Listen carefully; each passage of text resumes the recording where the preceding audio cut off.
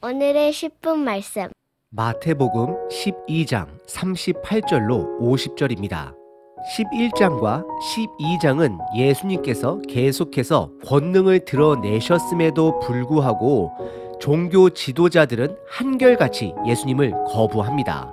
대표적인 사건은 예수님께서 성령님의 능력으로 귀신을 쫓아내지만 이들은 오히려 예수님을 마귀로 여깁니다. 그리고 오늘 본문은 종교 지도자들이 예수님께 또 다른 표적을 요구합니다. 하지만 예수님은 그들의 마음의 중심을 아시고 그들에게 보여줄 표적은 과거의 역사 속에 있었던 요나의 표적뿐이다 라고 말씀하십니다. 그러면서 이 시대가 악하다라고 말씀하십니다. 그리고 이어서 제자의 삶이 무엇인지를 제자들에게 가르치십니다. 오늘 본문은 두 가지 주제를 가지고 있습니다. 첫 번째는 악한 시대, 두 번째는 제자의 삶입니다. 오늘 본문을 통해 표적만을 구하는 악한 시대 속에 제자의 삶을 살아가는 것이 무엇인지를 깨닫는 저와 여러분 되시길 바랍니다. 오늘 본문은 크게 두 부분으로 나눌 수 있습니다. 첫 번째는 표적만을 구하는 악하고 음란한 시대입니다. 두 번째는 제자도입니다. 첫 번째 부분은 38절서부터 42절까지 악하고 음란한 세대를 예수님께서 지적하십니다. 38절에 서기관과 바리새인들 중에 몇 명이 예수님을 선생으로 부르며 추가적인 표적을 요구합니다. 이미 예수님은 수많은 기적을 보여주셨습니다. 마태복음 8장과 9장에서만 나온 9가지 기적을 다시 한번 나열해 보면, 첫 번째, 하나님은 은혜 없이는 고칠 수 없는 나병 환자를 고쳐주셨고, 두 번째, 이방인의 백부장인 하인을 고쳐주셨고, 세 번째, 베드로의 장모를 고쳐주셨고, 네 번째, 풍랑까지 통제하시는 예수님의 권능을 드러내셨고, 다섯 번째, 군대 귀신까지 쫓아내시는 영적인 권능을 드러내셨고, 여섯 번째, 중풍병자를 고치시며 죄까지 용서해 줄 수 있는 그분의 권능을 드러내셨고, 일곱 번째, 죽은 자까지 살리시는 예수님의 능력, 여덟 번째, 시각장애를 가진 자와 아홉 번째, 말 못하는 자를 고치시며 구약의 성취를 보여주시며 예수님의 권능을 온전히 드러내셨습니다. 하지만 그런 권능이 드러났음에도 불구하고 이들은 예수님께 또 다른 표적을 요구하는 무례한 행동을 합니다. 오히려 이들의 요구는 예수님을 향해 믿지 않기로 결단한 그들의 마음을 더욱더 잘 드러내고 있습니다. 이들은 가장 확실한 표적, 예수님을 눈앞에 두고서도 그것을 인정하지 않는 영적 장님이 됨을 스스로 드러내고 있는 것입니다. 그래서 예수님께서 바로 전 본문에 성령을 모독하는 죄는 용서받을 길이 없다 말씀하시며 예수님의 권능을 보고도 믿지 않기로 결단한 자들에게는 용서함이 없음을 선언하고 계십니다.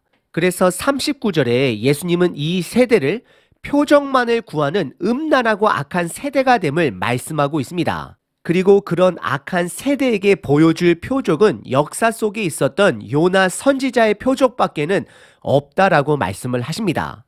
그리고 이어서 40절에 보시면 요나 선지자가 밤낮으로 물고기 뱃속에서 3일 동안 있었던 사건을 드러내시며 이것은 인자가 3일 동안 밤낮으로 있을 사건과 연결하십니다. 그것은 예수님의 죽음의 사건과 연결이 되어지는 것입니다.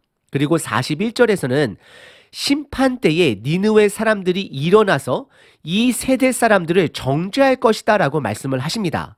그 이유는 요나가 전한 말로도 회개를 하였는데 그 말의 실체가 되신 예수님께서 직접 회개하라 말씀하여도 회개하지 않는 그들의 죄를 지적하십니다.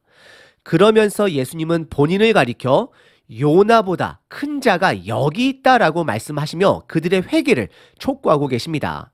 그리고 추가적인 설명으로 42절에 이방 여왕인 스바 여왕이 솔로몬을 찾아온 사건을 말씀하시며 마지막 심판의 때에 남방 여왕이 일어나 이 세대의 악한 사람들을 동일한 이유로 정죄할 것이다 라고 말씀을 하십니다. 그러면서 본인을 솔로몬보다 크다라고 말씀을 하십니다. 다시 한번 정리해 보면 예수님 자체가 가장 확실한 정확한 표적이 됩니다. 그래서 예수님은 본인이 요나보다 솔로몬보다 더 큰 자다라고 말씀을 하시며 요나가 전한 말로도 회개한 사람들이 있고 솔로몬의 지혜를 보기 위해 방문한 여왕도 있는데 그 언약의 성취되신 예수님을 보고도 믿지 못하는 자들에게는 심판이 있을 것을 드러내십니다.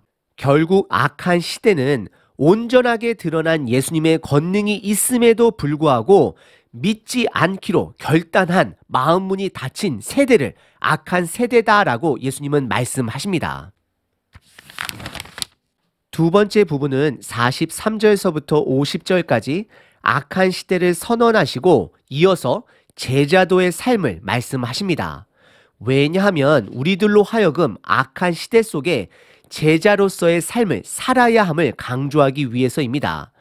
두 가지 제자도의 가르침을 주십니다. 첫 번째는 예수님을 믿기 시작한 데서 머무는 자가 아니라 끊임없이 예수님을 알아가야 함을 강조하십니다. 성장을 말씀하십니다. 그리고 두 번째는 진정한 예수님의 가족은 육신의 가족이 아닌 믿음의 가족이 됨을 말씀하십니다. 말씀을 순종하는 자가 예수님의 가족이 됨을 말씀하고 계십니다. 우선 첫 번째는 43절에 더러운 귀신이 사람에게서 나와 방황함을 보여줍니다. 그리고 44절에 청소되고 깨끗한 빈집으로 다시 들어간다라고 말을 합니다. 이 집은 사람을 상징합니다. 그리고 45절에 이번에는 혼자 그 사람에게 들어가는 것이 아니라 더 악한 귀신 7을 데리고 그 집에 그 사람에게 들어간다라고 말씀을 하십니다. 그리고 45절에 예수님은 이러한 세대가 악한 시대의 징조가 됨을 말씀하십니다. 이것은 우리들로 하여금 예수님을 믿기 시작했으면 계속해서 성장해야 함을 강조하십니다. 하지만 악한 시대는 예수님으로부터 도움받고는 싶어는 하지만 정작 은혜를 받으면 예수님을 잊어버리고 빈집으로 내가 주인이 되어 다시 살아가는 세대가 됨을 예수님은 경고하고 계시는 것입니다. 예수님은 저와 여러분들이 계속해서 성장하길 원하십니다. 그리고 두 번째 제자도는 46절과 47절에 예수님의 어머님 마리아와 그 동생들이 예수님을 찾아옵니다. 왜 예수님의 가족들이 예수님을 찾아왔을까요? 예수님이 인간적으로 걱정돼서입니다. 내 아들이, 나의 형이 갑자기 어느 순간서부터 본인을 하나님의 아들로 선포하며 놀라운 권능을 드러내는 것이 걱정되었던 것이었습니다. 예수님은 이 상황을 제자들에게 제자도의 삶을 가르치십니다. 그래서 48절에 예수님은 누가 나의 가족인지를 묻습니다. 그러면서 50절에서는 누구든지 하늘에 계신 내 아버지의 뜻대로 하는 자가, 말씀에 순종하는 자가 내 형제요, 자매요, 어머니다라고 말씀을 하십니다. 결국 말씀이 없는 가족은 멸망하는 가족입니다. 그래서 진정한 가족은 말씀에 순종하는 가족이 되어야 합니다. 이 말씀의 깊은 뜻은 복음을 먼저 내 가족들에게 전해야 함을 말씀하는 것이기도 합니다. 그래서 사도행전 1장 8절에서도 너희들이 성령의 힘을 입었으면 권능을 받고 예루살렘과 가장 가까운 곳, 온 유대와 사마리아와 점점 먼 곳 땅끝까지 이르러 예수님의 증인이 되라 말씀하고 있는 것입니다. 중요한 것은 복음은 한 곳에 머물지 않는다라는 것입니다. 복음을 받아들인 자들 또한 그 복음이 그냥 정체되어지지 않는다라는 것입니다. 복음은 살아있기 때문에 성장되어지는 것입니다. 오늘 본문의 두 번째 부분은 제자도의 두 가지 가르침을 주시고 계십니다. 첫 번째는 계속해서 성장해야 합니다. 두 번째는 믿음의 가족은 하나님의 말씀에 순종하는 자가 믿음의 가족이 됨을 말씀하십니다. 오늘 본문은 예수님께서 악한 시대를 꾸짖으십니다. 비록 예수님은 오늘 본문에서 종교 지도자들의 굳어버린 마음을 꾸짖고 계시지만 동시에 지금 이 시대의 악함 또한 드러내고 계십니다. 예수님만큼 보다 확실한 표적은 없습니다. 이것은 성경 말씀 이외에 보다 더 확실한 표적이 없음을 드러내고 있는 것입니다. 성경 말씀에는 구약의 역사와 구약을 성취하신 예수님의 가르침의 사건들, 그리고 제자들의 이야기가 가득합니다. 기적들도 있습니다. 그리고 앞으로 이루어질 약속의 말씀들이 있습니다.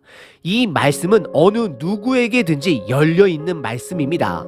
그 귀한 표적이 되는 성경 말씀이 우리 안에 있습니다.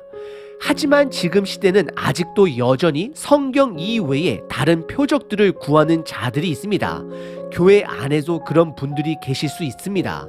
하지만 예수님은 분명하게 말씀하십니다. 성경 말씀 이외에 우리 시대에 줄 표적은 없다 선언하십니다.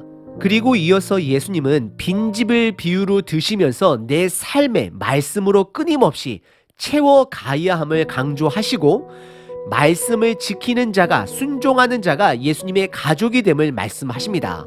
결국 악한 시대를 살아가는 방법은 온전한 표적 대신 성경 말씀을 붙들고 듣는 것에서 머무는 자가 아닌 듣고 순종하는 자가 되어야 함을 예수님은 가르치고 계십니다. 하나님, 오늘 하루도 말씀하시면 순종함으로 이 악한 시대를 하나님의 자녀로 살아가겠습니다. 아멘.